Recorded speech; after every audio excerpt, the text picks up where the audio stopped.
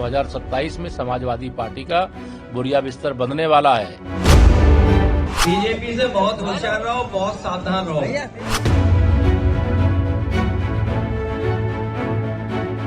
उत्तर प्रदेश में विधानसभा चुनाव अभी भले ही 1 साल दूर हो, लेकिन सियासत के बिसात अभी से बिछनी शुरू हो गई है। समाजवादी पार्टी के अध्यक्ष अखिलेश यादव ने 28 मार्च की तारीख तय कर साफ कर दिया है कि 2027 की जंग अब औपचारिक रूप से शुरू हो चुकी है। जहां दिलचस्प बात यह है कि अखिलेश ने चुनावी अभियान की शुरुआत के लिए नोएडा को चुना है, वही नोएडा जिसे यूपी की राजनीति में लंबे वक्त से अशुभ माना जाता रहा है। ऐसे में सवाल यही है कि क्या अखिलेश इस मिथ्य को तोड़ पाएंगे या ये कोई सोची समझी सियासी चाल है। 28 मार्च को नोएडा के दादरी से अखिलेश यादव समाजवादी समानता भाईचारा रैली और पीडीए भागीदारी यात्रा की शुरुआत करेंगे। ये रैली धीरे धीरे पूरे प्रदेश के हर जिले तक जाएगी।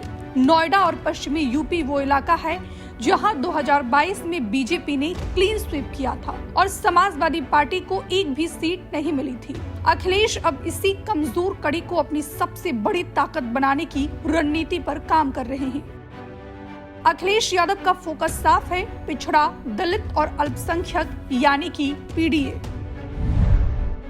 2024 के लोकसभा चुनाव में इसी फॉर्मूले ने समाजवादी पार्टी को मजबूती दी थी। ऐसे में अब 2027 के लिए इसे विधानसभा स्तर पर लागू किया जाएगा। पश्चिमी यूपी में यादव वोटर कम है, इसलिए सपा गुर्जर, दलित और मुस्लिम वोट बैंक को एकजुट करने में जुटी है। जहां टिकट बंटवारे से पहले हर सीट पर सर्वे और जमीनी रिपोर्ट को तरजीह दी जाएगी।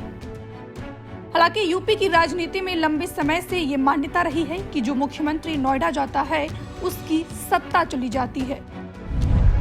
इसी वजह से अखिलेश अपने मुख्यमंत्री कार्यकाल में नोएडा नहीं गए थे, लेकिन 2012 में उन्होंने यहीं से साइकिल यात्रा शुरू की थी और पूर्ण बहुमत की सरकार बनाई थी। ऐसे में अब वे इसी शुभ संकेत को दोहराने की कोशिश कर रहे हैं। योगी आदित्यनाथ कई बार नोएडा जाकर इस मिथक को पहले ही कमजोर कर चुके हैं।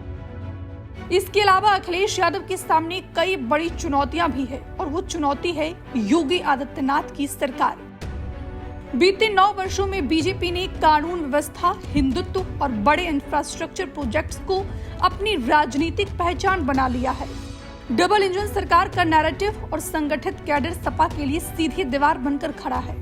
इसके अलावा बीजेपी लगातार 2012 से 2017 की सपा सरकार को कानून व्यवस्था के मुद्दे पर घेरती रही है, जिसका असर आज भी चुनावी बहस में दिखता है। जहां यूपी के डिप्टी सीएम ने अखिलेश की पीडीए पर हमला बोला। श्री अखिलेश यादव जी, दम है तो चुनाव के मैदान में सामना करो। आपको मालूम हो चुका है कि 2027 में समाजवादी पार्टी का बुरिया बिस्तर बंधने वाला है और आप अपनी समाजवादी पार्टी कुनबे को लेकर के सैफई जाने वाले हो। इस प्रकार के दुष्प्रचारों से आपको कोई फायदा नहीं होने वाला है। आपके फर्जी पीडीए की धज्जियां उड़ चुकी हैं। दूसरी ओर यूपी की राजनीति में जाति आज भी सबसे बड़ा फैक्टर है। आंकड़े बताते हैं कि यादव और मुस्लिम वोटर सपा के साथ मजबूती से खड़े रहे, लेकिन ब्राह्मण, ठाकुर और गैर यादव ओबीसी वर्ग का झुकाव बीजेपी की ओर ज्यादा रहा। बीजेपी ने संगठन और सत्ता दोनों में सामाजिक प्रतिनिधित्व को रणनीतिक हथियार बनाया है। वही ब्राह्मण कई सीटों पर निर्णायक भूमिका में है, जबकि ओबीसी और दलित वर्ग की बड़ी हिस्सेदारी बीजेपी को स्थिर आधार देती है। ऐसे में अखिलेश के लिए पीडीए फॉर्मूले को और व्यापक बनाना सबसे बड़ी चुनौती है। बीजेपी के मुकाबले सपा का बूथ स्तर संगठन कमजोर माना जाता है। कार्यकर्ताओं की सक्रियता, चुनावी मैनेजमेंट और जमीनी तालमेल को लेकर सवाल उठते रहे हैं। वही इंडिया गठबंधन 2027 में किस रूप में सामने आएगा, सीट शेयरिंग और नेतृत्व को लेकर अनिश्चितता भी अखिलेश की राह को कठिन बनाती है।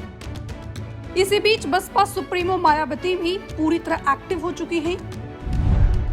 उन्होंने मिशन 2007 की तर्ज पर मिशन 2027 का ऐलान कर साफ कर दिया है कि वह सर्वजन समीकरण के सहारे सत्ता में वापसी की कोशिश करेंगी। ब्राह्मण, दलित और अन्य वर्गों को साथ लेकर चलने की रणनीति बसपा को सपा के वोट बैंक में सेंध लगाने का मौका दे सकती है, जिससे अखिलेश की मुश्किलें और बढ़ सकती हैं। हालांकि युवा मतदाताओं में रोजगार, शिक्षा और भविष्य को लेकर बढ़ती बेचैनी अखिलेश के लिए अवसर भी है। सोशल मीडिया पर उनकी मजबूत मौजूदगी और आक्रामक विपक्ष की भूमिका उन्हें नई पीढ़ी से जोड़ती है। बहरहाल अखिलेश, मायावती और सीएम योगी तीनों अपनी अपनी चालें चल चुके हैं। दावे शुरू हो गए हैं, रणनीतियां सामने आ रही हैं और जमीन पर तैयारी तेज है।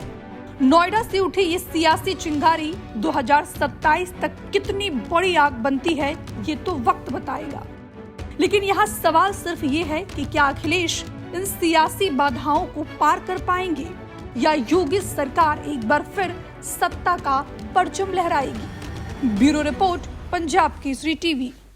हमसे जुड़े रहने के लिए हमारे YouTube चैनल को सब्सक्राइब करें और नई वीडियो की नोटिफिकेशन के लिए बेल आइकॉन को दबाएं।